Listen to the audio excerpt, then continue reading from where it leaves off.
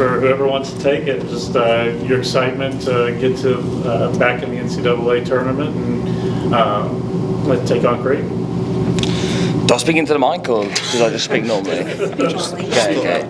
Yeah. I think of course is like you never take it for granted. Like getting the opportunity to play in the NCAA tournament, especially me as a senior now. Like you never know when that opportunity is coming again. So kind of playing on the big stage is always a good opportunity. As well, like sort of mixed in with the fact that obviously we lost to Creighton last year. Unfortunately, I was out like injury for that game, so like I think I'm assuming that's like extra sweet for the boys. It's a bit of a chance to get some revenge and play a team that beat us last time. So yeah, we kind of got unfinished business with them, and yeah, we're looking forward to it. Congratulations on the win yesterday and winning the Missouri Valley Conference tournament. I was watching that match. Very different match from when you and Evansville met earlier in the year. You guys, the two clubs combined for 7 goals the first time you run into one another. Yesterday's a 1-0 victory for you all. Am I wrong? How physical was the game yesterday? It looked very heated, very physical for a lot of the minutes. I mean, yeah, after the first game against Evansville, which obviously ended in 4-3, we knew that they'd be coming back sort of wanting revenge. And we were expecting quite a physical game, and all the work we done in the analysis room before leading to the game.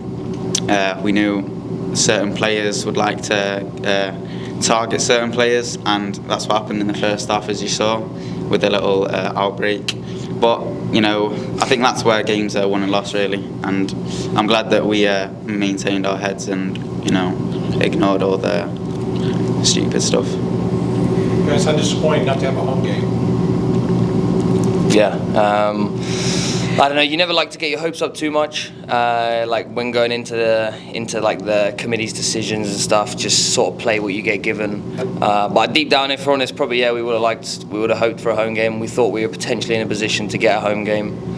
But yeah, I mean, it's not the end of the world. Like just a chance to play in the NCAA tournament is pretty much all we can ask for, and this is kind of giving us the stage to prove that we're the team that we think we are. So yeah, it would have been nice, but yeah. Not too disappointed. Nicolo, you talk a little bit about playing Creighton again. I mean, seeing them in the NCAAs after last year. Yeah, no. Last year I think it was a good game.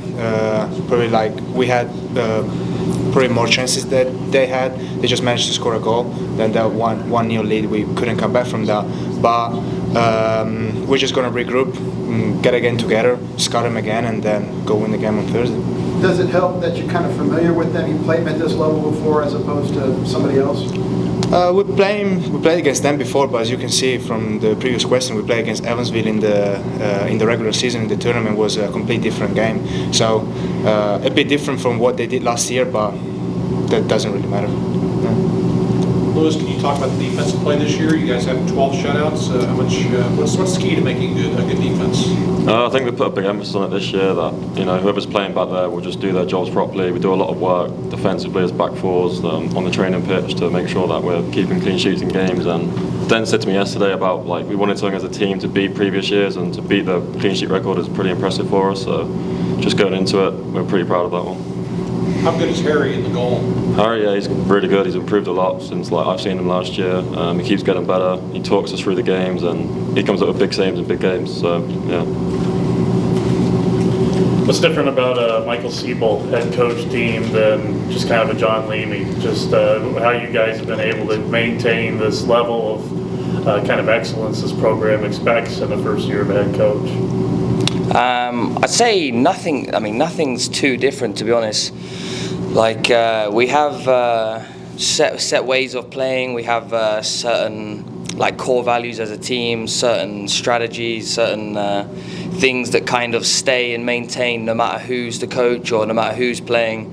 That's why I think you see as well, like sort of over the years, as certain people have left, certain people have taken their new roles. We've had like a lot of different starters this year compared to last. And we got such sort of strong core values in the way we play as a team and like the standard we hold ourselves to, that no matter who's the coach or who's playing doesn't change too much. Everyone knows their job. Everyone does their job to a high level, and we believe that as long as we do that, we should be a successful team. So, yeah. I'm sure we do things a lot differently here in the United States and where you're all from, and I'm just kind of curious, what are the conversations with your folks like back home, your family, when you tell them, what you've done? It must be such a cool thing to come to the United States and make the biggest tournament here. What are those conversations kind of like? Okay, well, that's you, mate. Thank you. I think as internationals coming to America, you never really know how big, the NCAA is over in America, and the sort of attention you get when you reach this stage. And I think as we've all spent a number of years here now, and we know the goal is every year to definitely at least reach the national tournament, because that's where the whole nation's watching, where all the eyes are. So I mean, that is our goal, you could say, every year. But as we've been pushing year on year, I think we've realised that other than just pushing for NCAAs, we can really make a statement and try and win the whole thing.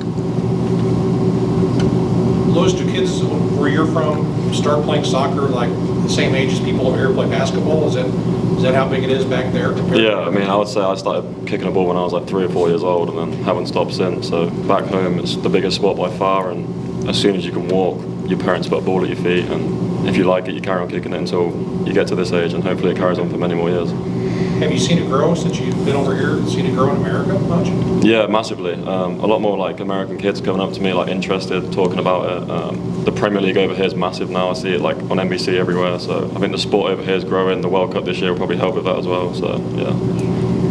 Is there anything special about doing this, having this type of season now when there is a World Cup this year, and just here in the next few weeks?